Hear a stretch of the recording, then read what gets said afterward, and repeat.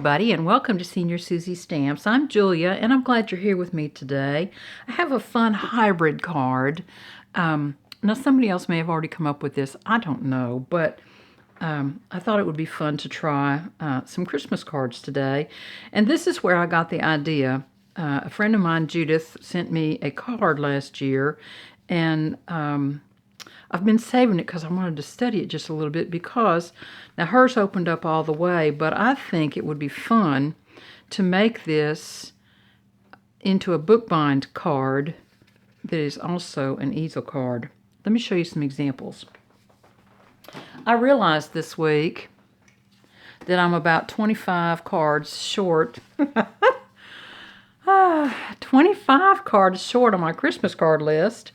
So I was looking for some things that we could do with some scraps, and this is the little card that I came up with.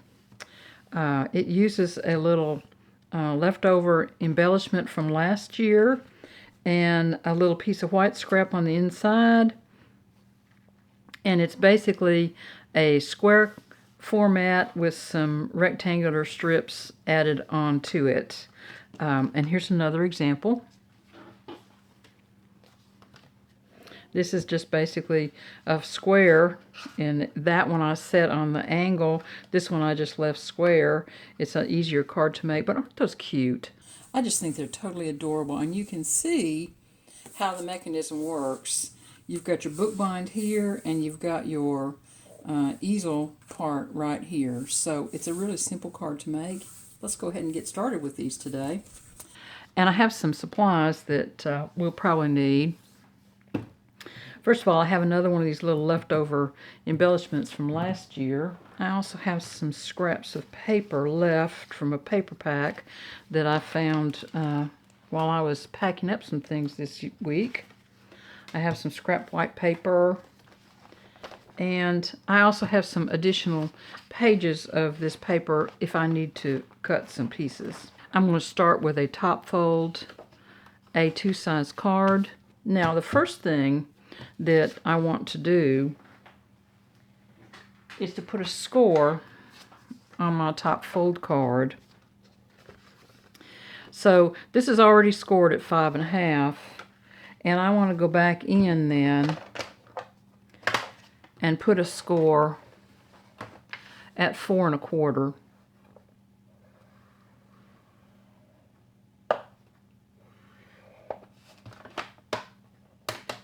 And that's what makes your bookbind format. So here it is right here. And then I'm going to glue that down tight. Don't over glue this because you don't want it squirting out all over the place, but you do want to have enough glue that it holds for the card to manipulate itself, especially when you fold it up. Oh, I have another score I need to put in that. Let's get this one glued. I forgot it. Sorry. My brain is like a sieve these days, y'all. Okay. I happen to have another one already dried up here, and I'm going to put these little clips on to this one just to let that glue dry up real quick. Let's go back and score this again. And on that same side that I've already scored it, I'm going to score it at 2 1/8 inch in right here. So let's get that done. And that's what makes the easel part of this card. So we've got the bookbind now, and now we've got the easel fold. Right like that. I thought I would try something new today, and that is to put a B-roll camera in, and it's over here to the left side of me so that you can see when I'm working. I am not very technologically advanced in my studio. I had a question this last week about my lighting and yada yada. So I will put a little short video out at the end of this video about my lighting that I use and the placement of my overhead camera and stuff and such. So if you're interested, you can stay through to the end and get that information. Now, On these cards, this is a double layer, and of course this is a single layer. It doesn't matter if you've got scraps for double layer, use them. Let's use those scraps up on some of these cards. And so this one will work just fine. That way, I'm going to go ahead and glue these up because I'm going to cut this in half. I'm going to use my Books by Hand PVA glue for this part of the process. However, I did use my art glitter glue for that book bind so that it would tighten up really quick. This is a little wider border than the standard 1/4 inch. I think these are, so this is a 4 1/4 inch square. The first layer is 4 inch square.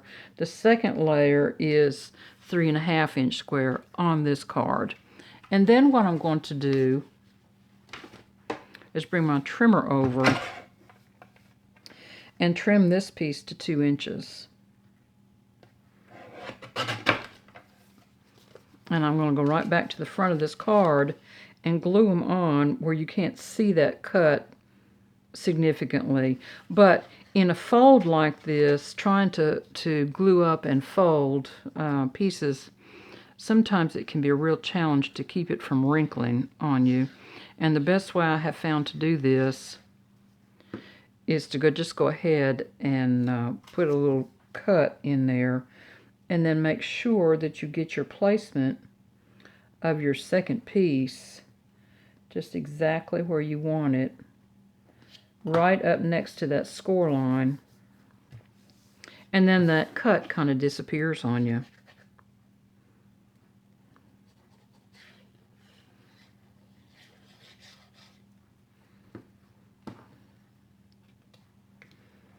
And here we go.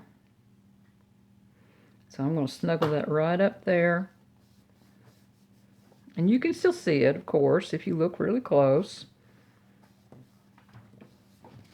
But on this one, you don't really notice it until it folds up, and then there's a little teensy white crack there. Well, that's okay. And it's going to be the same way on this one, you see. I'm going to go ahead and burnish that down so that it won't have any challenge on pulling back when we're manipulating this card. Now let's see, I've got some other pieces here. Let's see what we got for the inside of this card. I've got a green piece and red. Let's see if we like that. Maybe the red on the outside and the green on the inside. Let's try that. And my little embellishment that seems to have taken a walk here. Oh, here it is. It's green. So let's see. I think I'm going to do it that way. You really can't go wrong with cards like this, especially when you have coordinated scraps to use. And this one,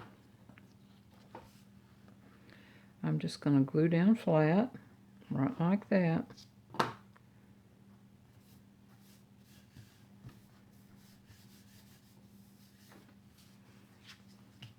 And I'm going to glue it down on the inside.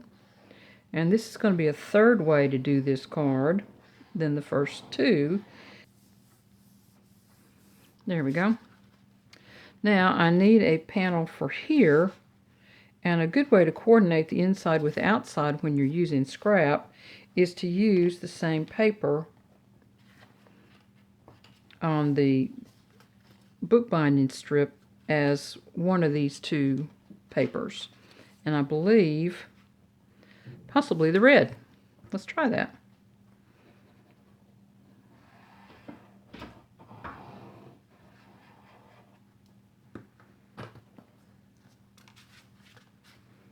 A lot of color on this card.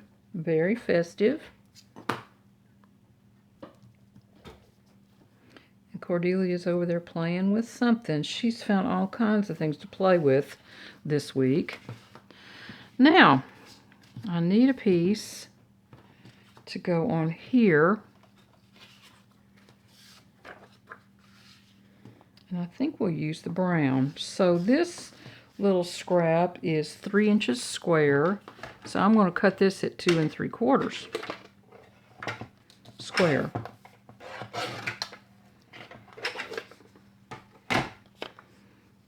And get it glued in.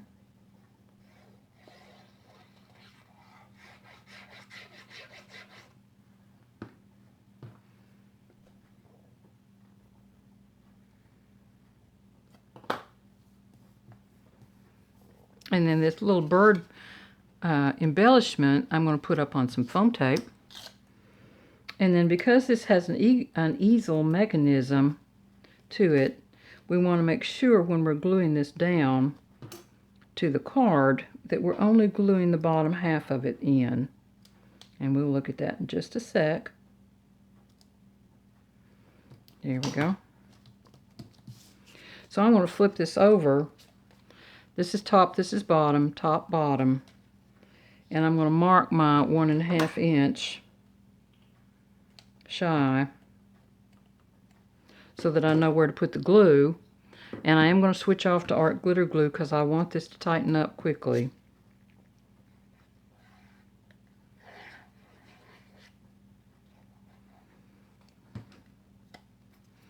And I don't want any glue where I don't want glue.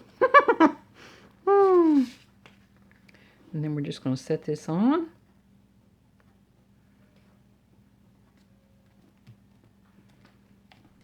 And we have a nice layered up card ready for sentiment. And some embellishment and a little stopper. So I thought this would maybe work nicely for a stopper. Let's cut a little piece of white scrap to go underneath it. Get it out of my little white scrap tray here.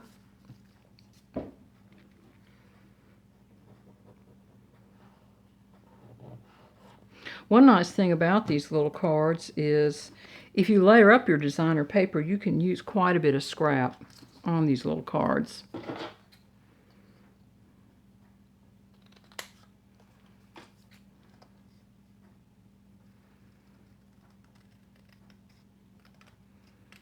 Now I'm going to put another piece of paper, or possibly 2, up underneath this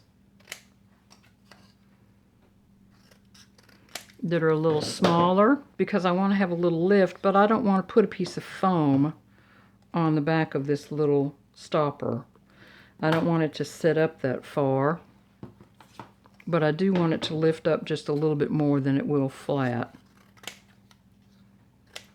And using a little scrap of white paper, or 2 in this case, really does make a nice little easel stopper, and it doesn't lift your card up like a piece of foam would. But so you can see now just how much lift we've actually got going on there. And then this can be glued down to the card to act as your little stop. And we'll give that just a second to dry.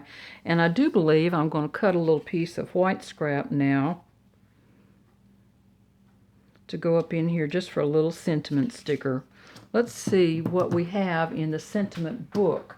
I can tell you this sentiment book has just been such a help in getting cards ready this year. Let me see, we might use some of that. Maybe a little Merry Christmas. What about Magic is in the Air? We might like that. Here's another Merry Christmas. Let's try those and see. I think that red and white thing is going to work very nicely with this little card here.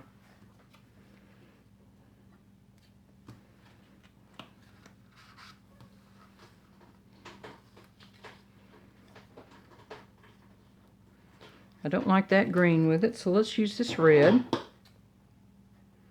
I'm going to trim it down. And we'll glue it down flat on the card because we don't need any more lift on that little easel.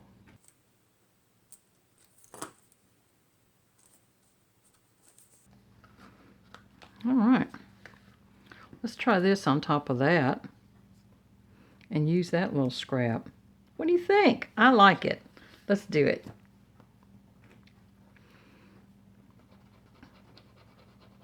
I didn't know how many scraps we would use on a card like this, but if you are inventive on what you're using, you can really use a lot of scraps.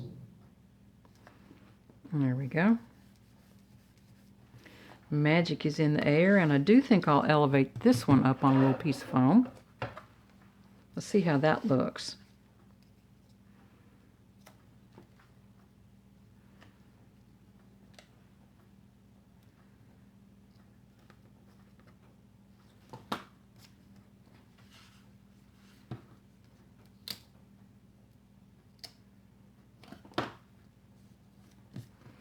So when you open the envelope, magic is in the air. 'Tis the season. Well, I like it. I do think I would like to have a little small piece of white in here for a signature line.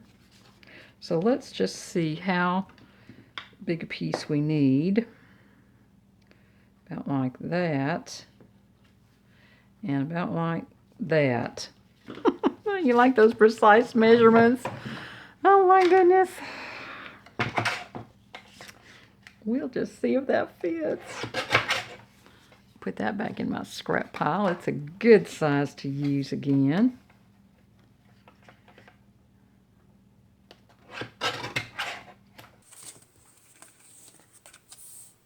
There. Okay.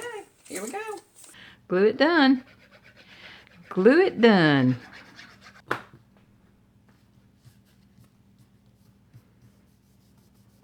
Here we are. And that was a wonderful use of scrap paper and a nice little embellishment. I think I'm going to put some little red gems on that where those little cherries are to kind of give that a little bit more sparkle. Not much glue. That's kind of a smooth surface, and the gems are a little challenged to grip hold on that if you get too much glue on them. There we go. And that sweet little card is finished. Now, let's look at all of them again. And this is all the little scraps I have left. I can probably make a card out of those. I'm not going to throw them out. But here they are, and they're all just a little bit different. And don't go away because I want to show you a ribbon embellishment tie. Let me know if you have a favorite of one of these. Now, I wanted to show you about this little ribbon tie.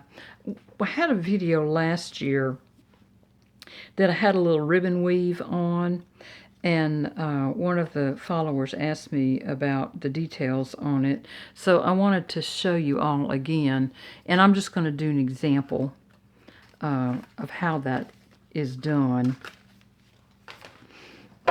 because it's not hard to do at all. But, so let's just do an example here with a double layer of cardstock. And then the key to this is an even number of holes.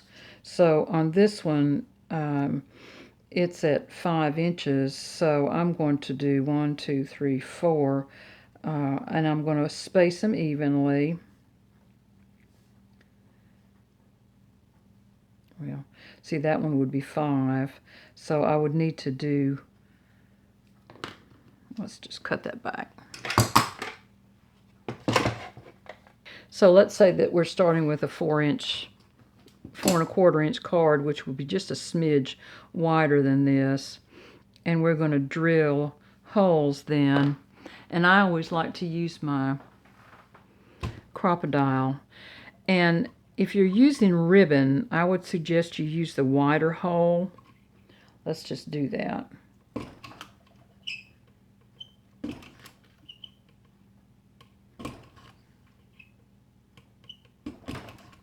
So you're going to punch 4 holes evenly spaced. And I kind of like to leave my ribbon long. And then you just start with your point and go down and up. This is just a simple little stitch. And then down and up, but be sure and drag enough ribbon through as you go, because otherwise you have to go back and rework stuff. I'm not sure that's going to be quite enough. Let me drag a little more ribbon through. And then we're going to come up this way.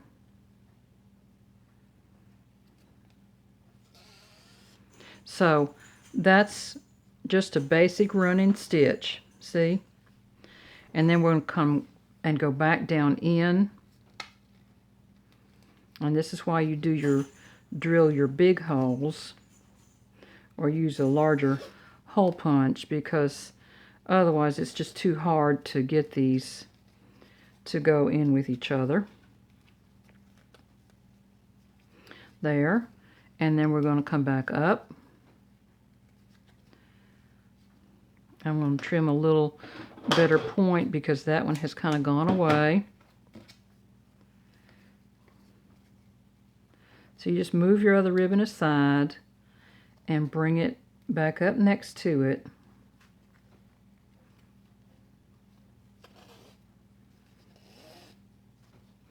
There we go. And then we're going to come down.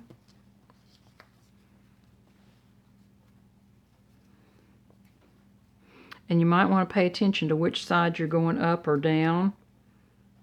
It may make a difference in the long run, depending upon how many holes you have used. Whoops.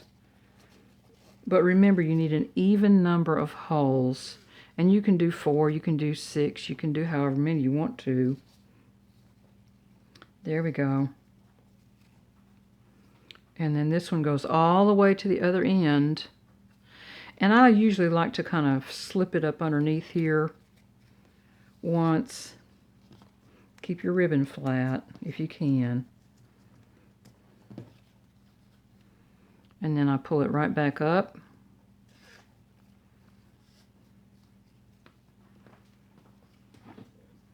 And then I just do a little trim off.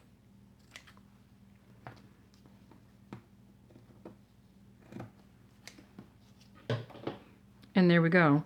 And that's a really nice little fun ribbon treatment for the top of your card.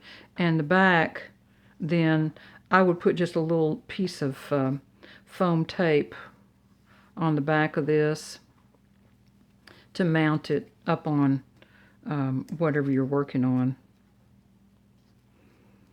There. So there's the ribbon, the ribbon weave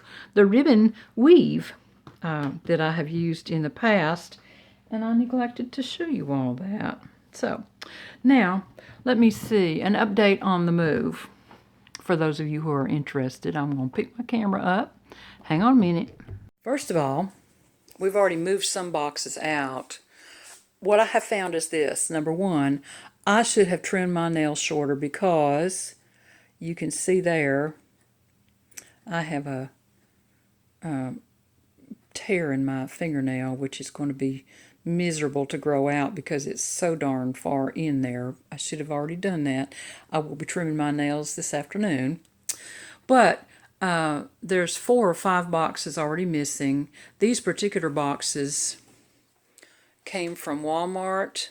They are small, heavy-duty boxes. These boxes came from Uline, and they fit those larger stamp cases, these, perfectly. The little ones, the smaller boxes, fit those smaller cases perfectly. So this packing process has been fairly easy. I've been using the bookshelves over here to stage filler things, like you can see trays and just little stuff and such that I'm using kind of to backfill these boxes with.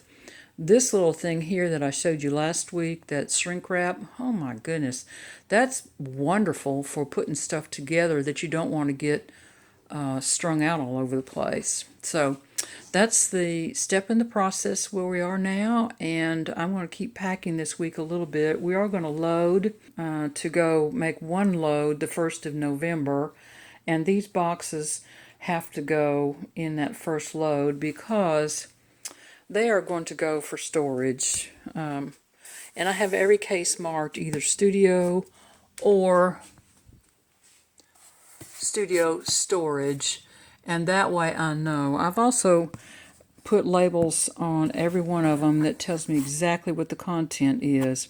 So I have my top of the box labeled for studio or studio storage, and then I have a label on this end and a label on that end that say exactly the same thing. So I can put either this end out or the narrower end out when we do our final box stack. And I'm thinking I'm going to line those up against the wall just like that, and then put these bookcases directly in front of them so that I can put some crafting supplies on them so that I can carry on with my paper crafting kind of in the interim while we're waiting for the house to be built. So stay tuned, and we're going to talk about a little bit of lighting.